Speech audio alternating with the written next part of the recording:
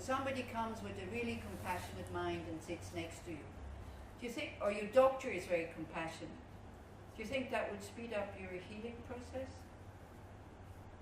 Good, yeah. So praying for you is a sign of compassion. They want you to be healthy.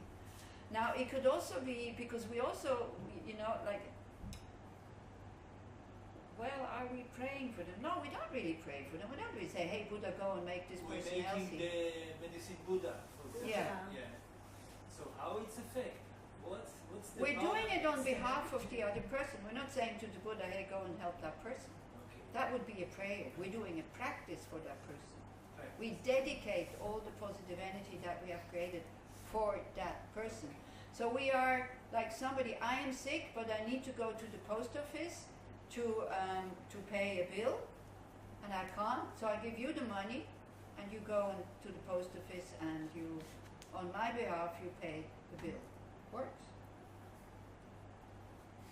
The person has to have the karma to be helped, though. Otherwise, it becomes a miracle cure. Okay? It looks like miracle, but it happens. I mean, It happens. It happens. You see, a friend of mine's daughter, my best friend is a very devoted Christian, and we are still very good friends. We were both nothing when we were young and went to the nightclubs, and were running after men, or the men after us, or something like that. So, especially after her, because she's very beautiful and I was not. So, we're still very good best friends, and we really understand each other on a very deep level, but she does different practices and I do different practices. So her daughter, who is 25, they were suspecting that she has a kind of cancer. And so of course she got her group together and prayed. I did Medicine Buddha, and next test, nothing. The doctor said, we don't understand what's happening. So she was very happy. She said, a miracle? I said, yeah, okay. You know, we don't discuss very often different views.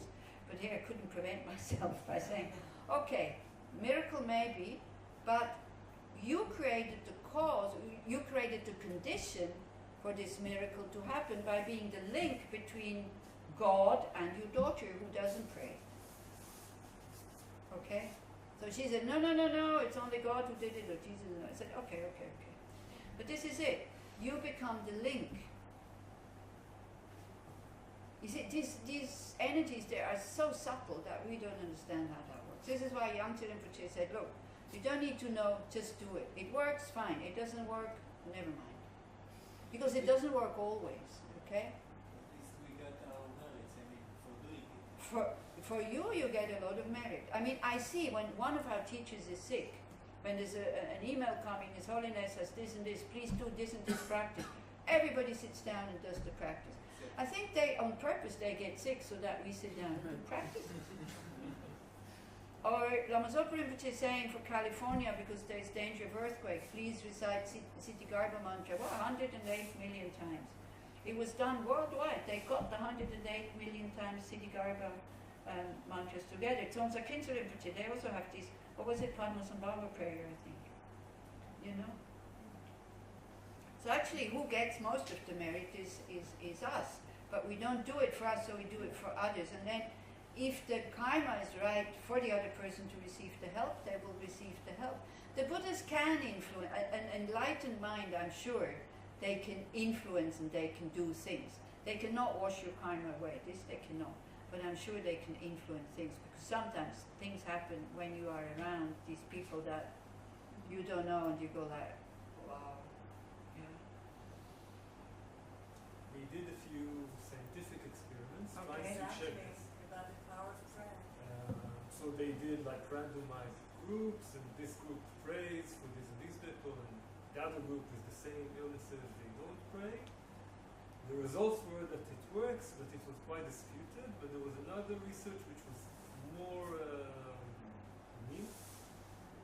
trustworthy, reliable about getting pregnant. So they took two groups of women who couldn't get pregnant, and they asked to pray for one and not pray for the other. And here the results were quite strong. The women that were prayed for got pregnant. And much more percentage, not 100%. But you can look it up. Yeah. Why don't you It's use not it? 100%, but there seems to be some effect. And even if there's no effect, we kind of then we know we tried. This is the thing. This is you sit down and do a practice out of a good heart, because you yourself, you don't know how to help that person, so you ask the help of the Buddhas.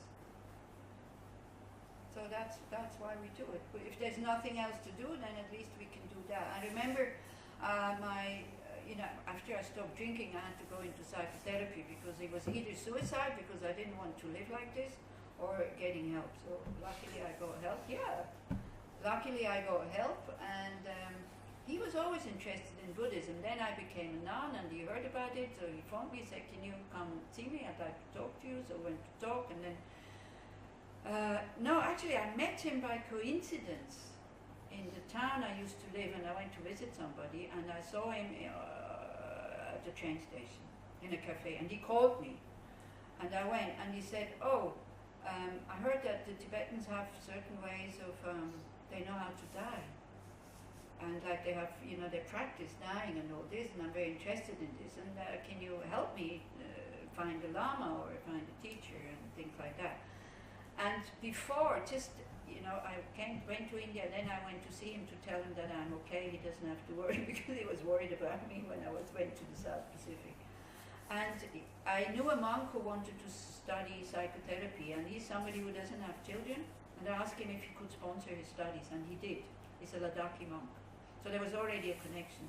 So I said, yeah, Wangdu is there, so he's in Ladakh, so if you want, I asked him if you can take him, if you take you around and bring him to a master, which in Ladakh they have these masters quite available.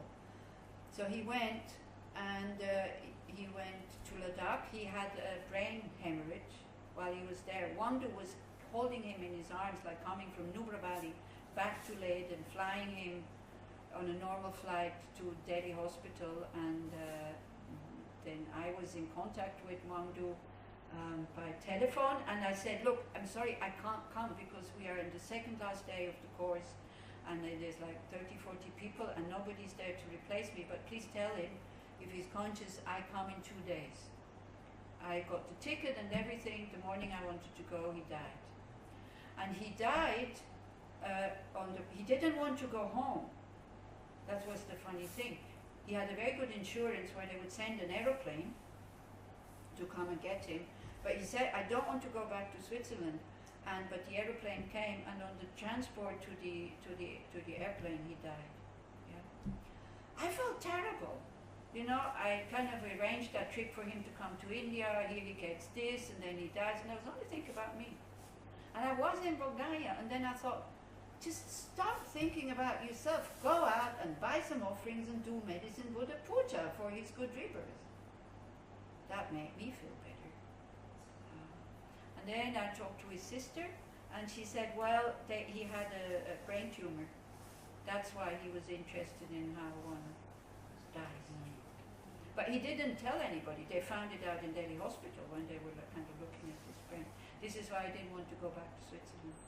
He wanted to die, basically. I think he must have felt already some effect or something like that, but he didn't have it checked in Switzerland. So again, what is it? Coincidence that he sees me?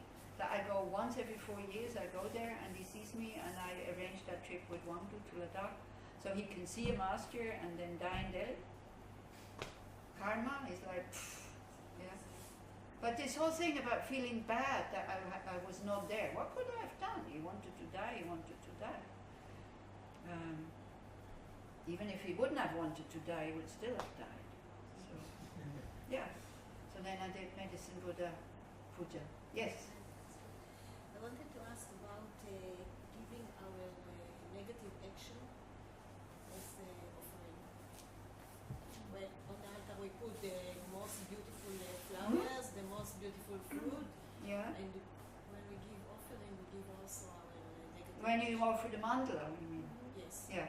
So there's two parts to offering the mandala. You offer first the fruit of your practice, which is a Pure Land, being able to manifest the Pure Land. And then you give away everything that prevents you from manifesting the Pure Land. Because you see, we're so attached to our anger, we're so attached to our ego, we're so attached to our to our view of these are enemies and these are friends. That's what you're giving away. You're not giving away negative actions, or you're not offering negative actions. Yeah? That's what you do. There's another practice which we call dorticadro, where we visualize all our negativities going into sesame seeds, and then we kind of offer them to the fire in order to be transformed. This shows the readiness, which we're not ready, to let go of friends, enemies, strangers, my wealth, my possessions, and my cheap poisons. Please enjoy them, and because the Buddhas can transform everything anyway. Yeah. This is what you do. Because this is it is against attachment. Because we're attached to desire, we're attached to anger. We like it, in a way, in a perverse way. The ego likes it because you have no anger, no attachment, a Finnish ego. Yeah. So that's why. So we can even offer that. We can offer everything. Does that make sense? Somehow. Yeah, it's something like bringing the result closer by giving away everything that hinders to have the result. Being born in a pure land, it's not one of the 6 realms of samsara. No. And what is it? It's an 8th level bodhisattva. Like the Buddhas have sambhogakayas, like enjoyment bodies, and this sambhogakaya has certain features. It teaches continuously, and it only teaches Mahayana, and like this. But you need to be on the 8th level in order to be able to, you're not going there with your body because you don't have a body anymore, but this is a place where you continuously hear Dharma, and you then stay there until you reach full enlightenment. So a Buddha can manifest the Pure Land. So you're free of samsara already to go there. 8th level bodhisattva, are you free of samsara? No, because you still have to, you still have some kind of slight, no, probably 8th, 9th, 10th level we don't have self-grasping anymore. But you don't have the obstacles to liberations anymore, but you still have the hindrances or the veils for omniscience, which you need to purify on the 8th, 9th, and 10th level. The 8th, who is it called? Yeah.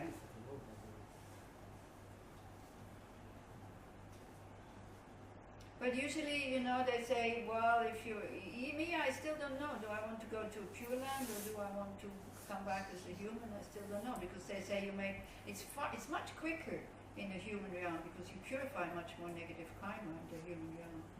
But anyway, they usually say it's like only 8th level bodhisattvas that are automatically reborn there to finish off these last veils.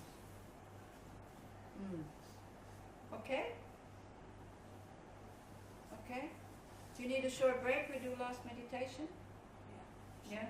Yeah? 10 minutes break? Okay?